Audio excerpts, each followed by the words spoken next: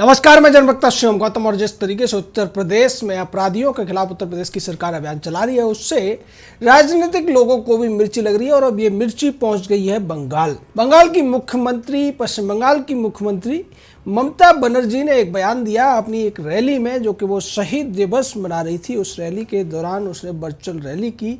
और ये जो शहीद दिवस है, 13 ममता बनर्जी जब युवा कांग्रेस की नेता थी, तब उनके 13 जो कार्यकर्ता थे मारे गए थे वामपंथी सरकार की गोलियों से। आज उस रैली को संबोधित करते हुए ममता बनर्जी ने निशाना साधा उत्तर प्रदेश की सरकार पर और ये कहा कि उत्तर प्रदेश में चल क्या रहा है, वहाँ पर जंगल राज है, लोग पुलिस में शिकायत करने से डरते हैं और एक जगह तो पुलिस वालों को ही मार दिया जाता है। वो कहती है कि पुलिस का जो खौफ है वो अपराधियों के नाम पर लोगों को मार रही है, लोगों को डरा रही है। और गोली कांड होने के बाद भी जिस तरीके से भय का शासन बनाने की कोशिश की जा रही है, उस पर केंद्र सरकार कोई एक्शन नहीं लेती, जबकि हमारे साथ सौतेला व्यवहार किया जाता है, हमें नज़रअंदाज किया जाता है। आमफान जब आता है तो हमारी मदद नहीं की जाती और हमारे बारे में अफवाहें उड़ाई जाती है। लेकिन ये लोग ध्यान रखें कि आने वाले चुनाव में ममता बनर्जी ही जीतने वाली है पश्चिम बंगाल में। और मैं ये कहती हूँ कि जो बाहरी लोग हैं वो हमारे ऊपर शासन नहीं करेंगे, हमारे राज्य के लोग हमारे ऊपर शासन करेंगे और जो गुजरात के लोग हैं हम उनका शासन नहीं होने देंगे। ऐसा कहते हुए ममता बनर्जी ने दरअसल दो तरफा निशाना साधने की कोशिश की। एक तरफ तो उत्तर प्रदेश के मुख्यमंत्री योगी आदित्यनाथ के खिलाफ वो बोली और दूसरी तरफ मोदी और शाह के खिलाफ उसने गुजरातियों का मुद्दा उछालने की कोशिश की। ममता बनर्जी ने यह कहने की कोशिश की कि बंगाल का शासन बंगाल के लोग ही चलाएंगे, हम किसी के नौकर नहीं हैं और हम अपनी जनता का ख्याल रखेंगे, हमें किसी की जरूरत नहीं है। ये कहने की कोशिश की है ममता बनर्जी ने। ममता बनर्जी का ये जो पूरा का पूरा आज का भाषण रहा, उसमें भारतीय जनता पार्टी और मोदी, शाह के अलावा योगी आदित्यनाथ पर उन्होंने तगड़ा निशाना साधने की कोशिश की और ये कहने की कोशिश की कि उनके यहाँ जो कुछ चल रहा है वो ठीक है, उत्तर प्रदेश में जो चल रहा है वो गलत है। ममता बनर्जी के प्रदेश पश्चिम बंगाल में जिस तरीके से तृणमूल कांग्रेस के कार्यकर्ता लोगों को घरों में जला देते हैं, मार देते हैं, गोलियों से भून देते हैं या फिर उनको फांसी पर लटकाकर, पेड़ों पर लटकाकर भाग जाते हैं। अभी ताज़ा जिस तरीके से भारतीय जनता पार्टी के एक विधायक को मार दिया गया और उनका शव लटका दिया गया, ये दिखाने के लिए कि उन्होंने आत्महत्या की है, जबकि वास्तव में भारतीय जनता पार्टी की तरफ से कहा गया था कि अब तक पश्चिम बंगाल में राजनीतिक रूप से उसके सैकड़ों कार्यकर्ताओं को मौत के घाट उतारा जा चुका है, जिसको लेकर पश्चिम बंगाल को इस जंगल राज से मुक्ति दिलाने की जरूरत है।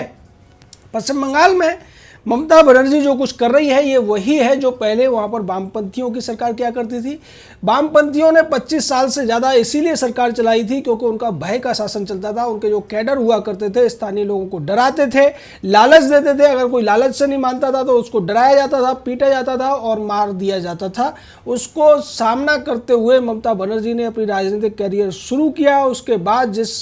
शहीद दिवस को आज वो मना रही है वो भी इसी वजह से था कि ममता बनर्जी के साथ चलने वाले लोग ये मांग कर रहे थे कि चुनावों में वोटर आई कार्ड को ही आई कार्ड मान लिया जाए और उन्हें वोट देने का अधिकार दिया जाए। तो इसके तहत पुलिस ने उन्हें रोकने की कोशिश की और इसमें गोली चली, गोली में 13 लोग मारे गए। इसके पीछे एक और बड़ा कारण ये है कि जिस तरीके से पश्चिम बंगाल के अंदर घुसपैठियों का बहुत ज़्यादा दबदबा हो गया है कई जिलों के अंदर।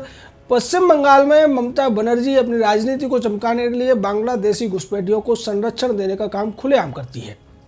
और इसी वजह से उसने ये पूरा का पूरा जो आंदोलन था या मार्च था वो किया था, जिसके तहत पश्चिम बंगाल में वामपंथी भी, हालांकि जो बांग्लादेशी घुसपैठी थे उनका संरक्षण करते थे, लेकिन उसके बाद उन्हें ऐसा लगा कि अगर ममता बनर्जी अपनी राजनीति ज़्यादा आगे बढ़ाएगी तो बांग्लादेशी घुसपैठियों का समर्थन कांग्रेस को मिल जाएगा और उनकी सरकार चली जाएगी। बाद में ऐसा हुआ भी और उसी के तहत अब पश्चिम बंगाल की मुख्यमंत्री ममता बनर्जी बाहरी का मुद्दा उठाने की कोशिश कर रही है। वो ये कहती है बांग्लादेशी घुसपैठी है उन्हें भी वो अपने बंगाल का मानती है। जब सीए की बात चली थी, एनपीआर की बात चली थी, तब भी ममता बनर्जी ने यही सब कहने की कोशिश की थी और उसने बार बार पिछले 1 साल में बाहरी का मुद्दा उठाकर बंगाल का जो एक क्षेत्रवाद है, भाषावाद है, उसको आगे बढ़ाने की कोशिश की है। और बार बार वो कहती रही है कि जिस तरीके से बंगाल के अंदर जो दूसरी भाषाओं के लोग हैं उनका शासन हम नहीं चलने देंगे। इसी कड़ी में वो राज्यपाल के साथ भी टकराती रहती है। पिछले दिनों जब राज्यपाल ने तमाम जो कुलपति थे विश्वविद्यालयों को, उनके साथ मीटिंग को लेकर ये कहा था कि अगर आप मीटिंग में नहीं आएंगे, बात नहीं सुनेंगे तो आपके खिलाफ कार्रवाई होगी।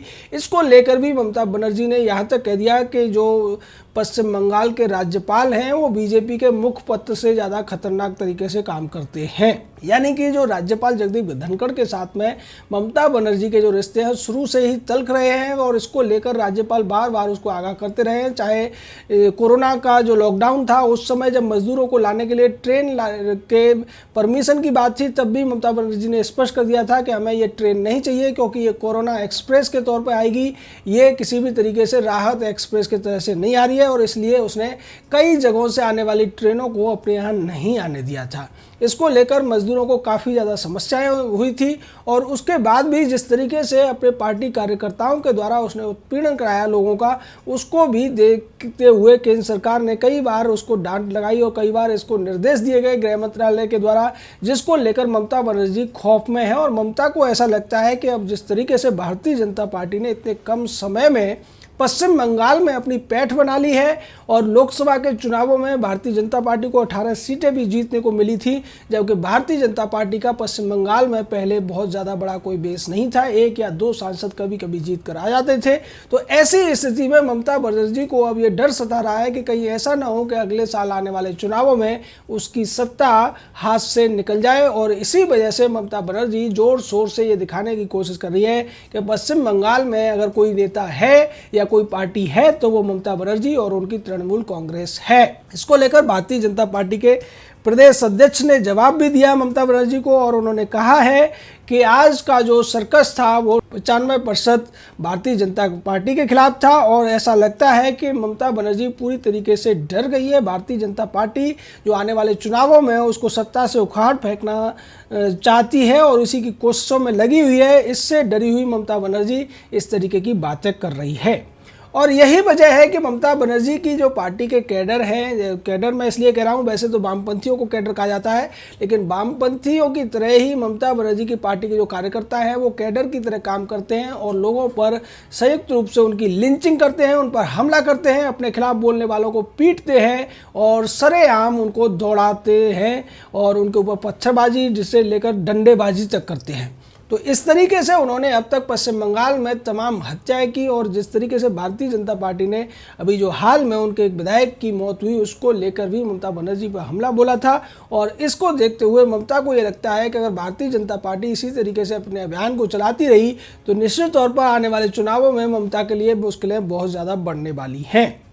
वही दूसरी तरफ ममता को यह भी पता है कि एक बार अगर सत्ता हाथ से निकल गई पश्चिम बंगाल में, उन्होंने और उनकी पार्टी ने जो अब तक किया है उस सब का कच्चा चिट्ठा खोला जाएगा, तमाम कार्रवाइयाँ होंगी। और अगर ये कार्रवाई उत्तर प्रदेश की तर्ज पर हुई जहाँ पर अगर अपराधी पुलिस की बात नहीं मानता है, पुलिस की गिरफ्त से भागने की कोशिश करता है तो सीधे तौर पर उसके इनकाउंटर को भी जायज़ ठहराया जाता है कानून के अनुसार। और अगर ऐसी नीति पश्चिम बंगाल में चली तो ममता बनर्जी को पता है कि उसका जो ज़्यादातर कैडर है वो पुलिस का शिकार हो जाएगा। इसीलिए ममता बनर्जी ने 2 मुद्दों को जोड़ते हुए अपना जो कैडर है, बांग्लादेशी घुसपैठियों का जो समर्थन उसको हासिल है उसको साधने की कोशिश की है और दूसरी तरफ ऐसे 3 लोगों को निशाना बनाया है जिनसे कि ममता बनर्जी बेहद डरी हुई है। अगर पश्चिम बंगाल में चुनाव होगा तो 3 लोग जो वहाँ पर स्टार प्रचारक के तौर पर बहुत ज़्यादा डिमांड में रहने वाले हैं। एक प्रधानमंत्री नरेंद्र मोदी, दूसरे गृह मंत्री अमित शाह और तीसरे हैं उत्तर प्रदेश के मुख्यमंत्री योगी आदित्यनाथ। इसीलिए ममता बनर्जी का आज का जो पूरा का पूरा भाषण था वो इन्हीं 3 लोगों पर निशाना साधने के लिए था। और ममता को ये लगता है कि जिस तरीके से पहले भी उसने योगी आदित्यनाथ को पश्चिम बंगाल में आने से रोका था, उस वजह से भी जिस तरीके से भारतीय जनता पार्टी को सीटों का फायदा हुआ और योगी आदित्यनाथ सड़क मार्ग से पश्चिम बंगाल पहुँच गए थे, उसको लगता है कि जब तक वो योगी आदित्यनाथ और गृह मंत्री अमित शाह की बुराई नहीं करेगी तब तक उसकी पार्टी के जो कार्यकर्ता हैं उनका मनोबल नहीं बढ़ेगा और उनके अंदर जो एक खौफ समाया हुआ भारतीय जनता पार्टी का। और स्टार प्रचारक के तौर पर प्रधानमंत्री नरेंद्र मोदी के अलावा 2 लोगों के नाम सबसे ज़्यादा डिमांड में रहते हैं, योगी आदित्यनाथ और अमित शाह। इसी वजह से ममता बनर्जी इनको निशाने पर रखना चाहती है और लोगों के अंदर भाषावाद और क्षेत्रवाद के नाम पर एक इमोशनल कार्ड भी खेलने की कोशिश वो करती हुई नजर आ रही है। ममता बनर्जी ने जिस तरीके से कहा है कि हमारे ऊपर ये लोग शासन नहीं करेंगे, ये लोग बाहरी हैं, ममता ये भूल जाती है कि भारत के अंदर कम से कम 25 से ज़्यादा जो अनुसूचित भाषाएं हैं और उसके अलावा जो बड़ी भाषाएं हैं उनके लोग रहते हैं और सैकड़ों भाषाएं भारत में और भी हैं। क्षेत्रवाद भारत में नहीं चलता है। भारत का संविधान ये कहता है कि केंद्र के लिए जो सरकार होगी वो राज्यों से चुनकर आए हुए प्रतिनिधियों के माध्यम से चुनी जाएगी। लेकिन ममता ये कहती नजर आती है कि पश्चिम बंगाल में केवल वही शासन करेगी, कोई भी दूसरा व्यक्ति आकर यहाँ प्रचार नहीं कर सकता है और इससे ममता को बहुत ज़्यादा दिक्कत होती है। ममता को ये लगता है कि अगर प्रधानमंत्री नरेंद्र मोदी या गृहमंत्री अमित शाह या फिर उत्तर प्रदेश के मुख्यमंत्री आकर यहाँ प्रचार करेंगे तो उसकी सीटों का जो आंकड़ा है शायद 100 तक नहीं पहुँच पाएगा और इसीलिए वो अपने जो स्थानीय लोग हैं उनके अंदर एक अलग तरीके का क्षेत्रवाद का नशा भर देना चाहती है, लोगों को भड़काना चाहती है। वो ये कहती है कि देश में अभी संघीय शासन है और इसलिए अगर तुम चाहते हो कि एक राष्ट्र एक शासन चले तो आपको इसको बदलना पड़ेगा। और ममता ने यह भी कहा कि आने वाले चुनाव से न केवल प्रदेश का एक इतिहास लिखा जाएगा बल्कि देश का इतिहास भी बदला जाएगा। ऐसा लगता है ममता बनर्जी को बहुत ज़्यादा या तो भ्रम हो गया है या फिर उन्हें अपनी पराजय का इतना भय हो गया है कि वो कुछ भी और कैसे भी बोलने से बाज नहीं आ रही है। जिस तरीके से पिछले दिनों अपने एक अधिकारी को जब सीबीआई जांच करने आई थी तो ममता बनर्जी ने उसको डिटेन कर लिया था और उसके बाद पुलिस के बड़े अधिकारियों के साथ वो धरने पर बैठ गई थी और इसको उन्होंने नाम दिया था अनशन का। उस मामले में भी सुप्रीम कोर्ट से उन सभी पुलिस अधिकारियों के खिलाफ कार्रवाई हुई थी और उन्हें चेतावनी दी गई थी। उसके बावजूद ममता बनर्जी ने अपने तौर तरीके नहीं बदले। कोरोना के मामले में भी जब पूरा का पूरा देश इस मामले में केंद्र सरकार के साथ तालमेल के साथ रणनीति बना रहा था, आगे बढ़ रहा था, लोगों को मदद कर रहा था, उस समय भी ममता बनर्जी अलग तरीके की राजनीति करती हुई नजर आई है जिससे जो पश्चिम बंगाल के लोग हैं वो पूरी तरह से वाकिफ हैं। और ऐसा लगता है कि जिस तरीके से आदमी जब हार से बौखला जाता है तो उसके बाद उसकी हार और ज़्यादा निश्चित हो जाती है। पश्चिम बंगाल में ममता बनर्जी का जो आज का बयान है वो यही दर्शाता है कि आने वाले चुनावों से पहले ही ममता हार मानती हुई दिखती हैं। जय हिंद, जय भारत।